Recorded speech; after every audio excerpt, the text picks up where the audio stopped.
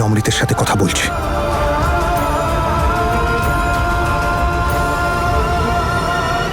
এরকমটা কিছুই নয় জ্যাসমিন। বীর দাদা আর তনু বৌদির তরফ থেকে আমি তোমার কাছে ক্ষমা চাইছি। I am sorry. ওকে, আমি ওদের সঙ্গে কথা বলবো আর যেন ওরা তোমাকে বিরক্ত না করে। আর এমনিতেই আমি তোমার হাজব্যান্ড, তাই আমি পুরো রেসপন্সিবিলিটি নিজেই নেব, তুমি টেনশন নিও না। আমি কি করে বিশ্বাস করব তোমার কথায় অমৃত? তুমি জানো বীর আর তনু ওই বিধবা মহিলার বাড়িতেও চলে গেছিল, যার হাজবেন্ডকে তুমি ভুল করে অ্যাক্সিডেন্টে মেরে ফেলেছিলে। তুমি আমাকে ভেবে বলো তো, এত খোঁজ খবর নেওয়ার কি প্রয়োজন?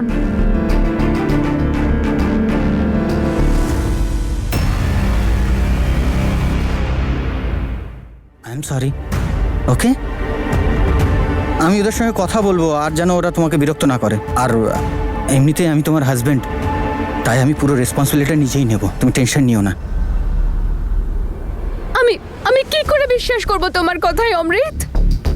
তুমি জানো বীর আর তনু ওই বিধবা মহিলার বাড়িতেও চলে গেছিল, যার হাজবেন্ডকে তুমি ভুল করে অ্যাক্সিডেন্টে মেরে ফেলেছিলে। তুমি আমাকে ভেবে বলো তো, এত খোঁজ খবর নেওয়ার কি প্রয়োজন?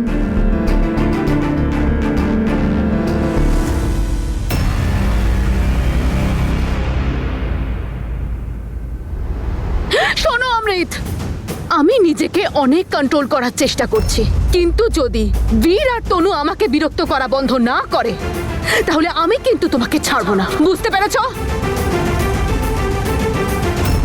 এই জেসমিনের কিছু একটা করতেই হবে, অনেক সহ্য করে ফেলেছি।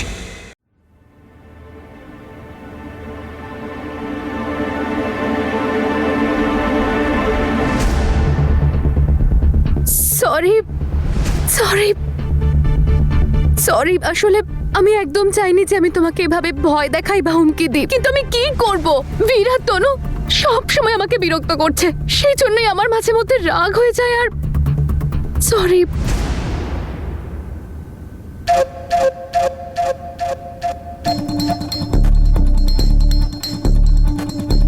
আমি জানি যে এভাবে রোজ রোজ তোমার ওখানে শুতে কষ্ট হচ্ছে।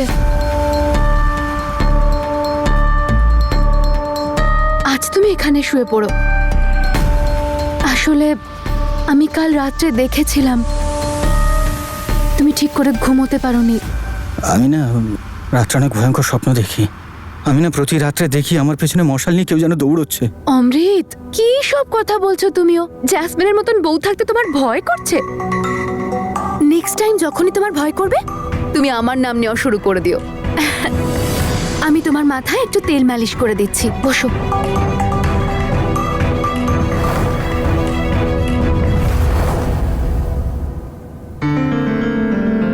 তার আগে এটা নাও, এটা খেলে খুব ভালো ঘুম আসবে।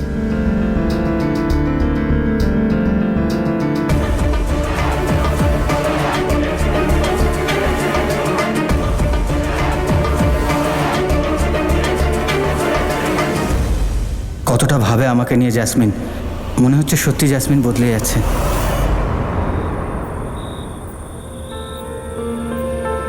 প্লিজ তনু বৌদি, প্লিজ আমাদের ফ্যামিলি ম্যাটার থেকে দূরে থাকো। ইনফ্যাক্ট তুমি এই বাড়িতে করছোটাই বা কি? বীর, তনু, আর ইউ শিওর জ্যাসমিন ঘুমিয়ে পড়েছে? হ্যাঁ তনু, জেসমিন শুয়ে পড়েছে। সেই কারণেই তো ফোন করে ডাকলাম। আমি চাই না যে জেসমিন আর অমৃত আমাদের এখানে দেখুক। প্রথমে জেসমিন একটা সমস্যা ছিল, এখন তো অমৃতকেও ব্রেন ওয়াশ করে দিয়েছে। তনু, অমৃতা যা বলেছে ওর ওটা বলা উচিত হয়নি। I am really sorry. আমি ওর বিহাফে। তুমি কেন সরি বলছো? আর অমৃত কি আমার পর নাকি? ও যা কিছু বলেছে, ভুলটা কি বলেছে? দেখতে গেলে তো আমার এই বাড়িতে থাকাটা মানুষের মনে প্রশ্ন তো জাগাবেই, তাই না? শুধু তোমার মা আর বাবা আমাকে এখানে থাকার অনুমতি দিয়েছেন তাই। না হলে এই বাড়িতে থাকার আর কি কারণ আছে আমার কাছে? জ্যাসমিনের ম্যাটারটা সলভ করতেই আমি এখানে আছি। যেদিন সেটা সলভ হয়ে যাবে, সেদিনই আবার আমি এই বাড়ি ছেড়ে চলে যাব।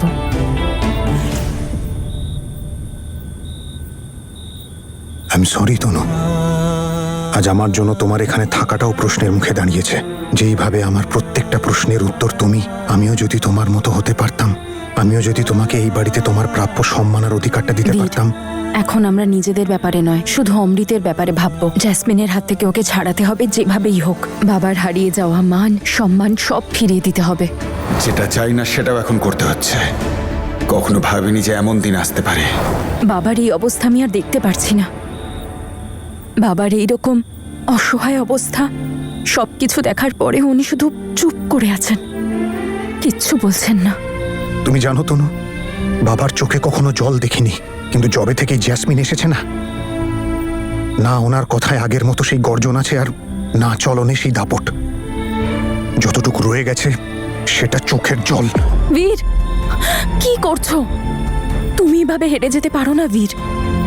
মা বাবা সারা জীবন তাদের সন্তানদের সামলায়, আর সেই সন্তানরা ভাগ্যবান যারা এই সুযোগটা পায় যে নিজেদের মা বাবাকে সামলাবে। বাবা তোমার জন্য অনেক কিছু করেছেন বীর, আর এবার তোমার পালা। তুমি ঠিক বলছো তনু, আমি খুব তাড়াতাড়ি লোনের জন্য অ্যাপ্লাই করব। আর এখন তো আমি চাকরিও করি, তাই আমি যত তাড়াতাড়ি সম্ভব অঙ্গদের দেনা শোধ করেই বাড়িটা বাবাকে ফেরত দিতে পারি। আর যেই আমরা কোনো একটা প্রমাণ পাবো, তখন আমরা বাড়ির অর্ধেকটাও না জ্যাসমিনের থেকে ফিরিয়ে নেব। বীর, এক সেকেন্ড, তোমায় একটা জিনিস দেখাবো। এই দেখো, এই ফটোটা আমি কলেজের কম্পিউটার ল্যাব থেকে এনহ্যান্স করিয়েছি। ভালো করে দেখো, লোকটার হাতে যে আংটিটা আছে সেটা একটা প্যাচার ডিজাইনের আংটি। আর এইরকম ডিজাইনের আংটি কে পরে? এখানে হাতে গোনা কয়েকটা জুয়েলার্স আছে, আমরা যদি সবাইকে জিজ্ঞেস করি তাহলে আই এম শিওর একটা না একটা ক্লু তো আমরা নিশ্চয়ই পাবো। তনু, এটা জ্যাসমিনকে এক্সপোজ করার একটা রাস্তা হতে পারে, কিন্তু আমাদের খুব সাবধানে থাকতে হবে। ওর থেকে লুকিয়ে আমাদের এই কাজটা করতে হবে। ও যেন জানতেও না পারে আমরা গোয়েন্দাগিরি করছি। ও যেন শুধু এটাই জানতে পারে যে অমৃত বলাতে আমরা ওকে ডিস্টার্ব করা বন্ধ করে দিয়েছি। ইউ আর রাইট, কিন্তু করবো কি করে বীর? তার কারণ এই কাজটা আমরা করব না, এই কাজটা আমাদের হয়ে অন্য কেউ করবে। কে?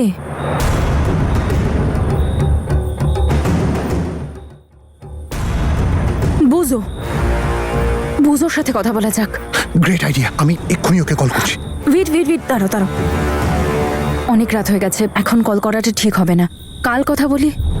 ঠিক আছে। বাবার ফোন এই সময়? এক সেকেন্ড। হ্যালো, কি হয়েছে বাবা? সব ঠিক আছে তো? তনু মা, তোর সাথে কিছু কথা ছিল। কলেজ যাবার আগে দেখা করে যাস। কি কথা আছে? তুই আয় না, তারপর বলবো।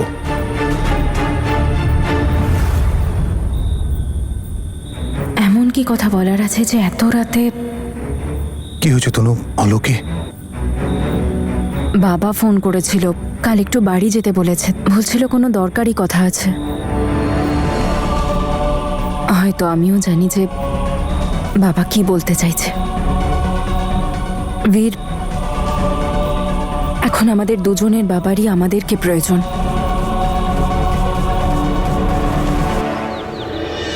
দিলরাজ, তুই আমার ভালো ভাই না?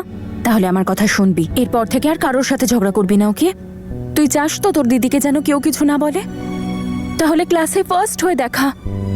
টপারের দিদিকে তো কেউ কিচ্ছু বলবে না। আরে হ্যাঁ, এটা তো আমি ভাবিনি। তাহলে এবার চকলেট?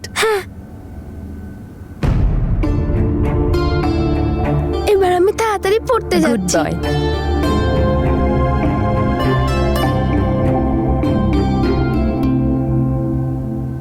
বাচ্চারা হয়তো চকলেটে ভুলে যায়,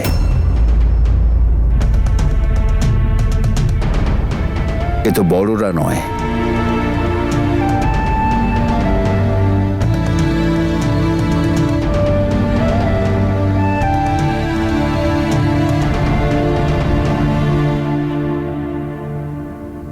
সরি, তোমাকে আমার জন্য এত কিছু শুনতে হচ্ছে। শোন মা, আমি শিখিয়েছি পৃথিবীকে, সমাজকে ভয় না পেতে, কিন্তু আমি যখন সমাজে তৈরি করা নিয়ম ভাঙবো, তখন তো মানুষের কথা শুনতেই হবে না। আমরা জানি যে তুই আমাদের অনুমতিতেই ওখানে আছিস, কিন্তু মানুষ তো সে কথা জানে না।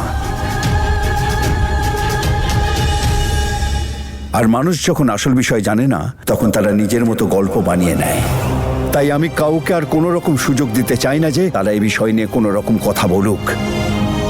আমি জানি বাবা, আমি জানি যে তুমি কিছু ভুল বলছো না, আর তাই আমি নিজেও এখানে খুব তাড়াতাড়ি ফিরে আসতে চাই। কিন্তু আমার কাজটা এখনো সম্পূর্ণ হয়নি বাবা, যার জন্য আমি গেছিলাম। আমি ওই বাড়ির সবাইকে জ্যাসমিনের হাত থেকে নিস্তার দিতে চাই। আর আমি আর বীর খুব ভালো করে জানি ও কোনো একটা গেম খেলছে। শুধু একবার ওর প্ল্যানটা জানতে পারি, তারপর আমি নিজেই চলে আসব। ওই বাড়িতে কেউ ভালো নেই বাবা, বিশেষ করে বাবা। আমি নিজেকে কোনোদিনও এতটা অসহায় মনে করিনি। আমি কিচ্ছু করতে পারছি না, কিচ্ছু না। আজ ওই মেয়েটাকে আমাদের সাহায্য করার জন্য থাকতে হচ্ছে।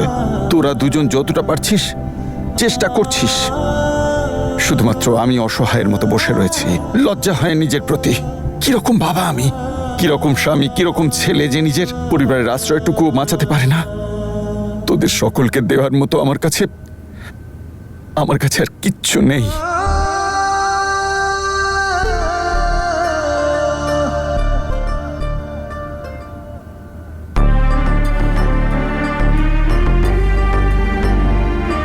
এসবই আমাদের ছিল, আজ কিচ্ছু নেই। এর অর্ধেক জাসমিন নিয়ে গেল, আর বাকিটা অঙ্গদের কাছে বাঁধা। কোথায় তনুকে বাড়ির বউ করতে চেয়েছিলাম আমি, আর কোথায় নানা রকম সমস্যায় ওকে আমি জড়িয়ে ফেললাম কষ্ট পাওয়ার জন্যে। আমি ওনাদের কষ্টটা বুঝতে পারছি মা, কিন্তু আমিও তো একজন বাবা।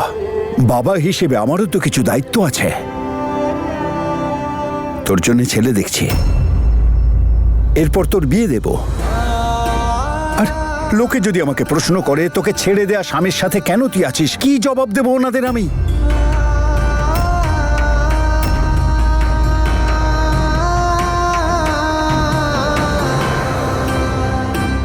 ব্যাস, অনেক হয়ে গেছে। আমার কোনো কিছুর সাথে কোনো সম্পর্ক নেই। আমি শুধু আমার মেয়েকে বাড়িতে দেখতে চাই, আমার চোখের সামনে। ব্যাস।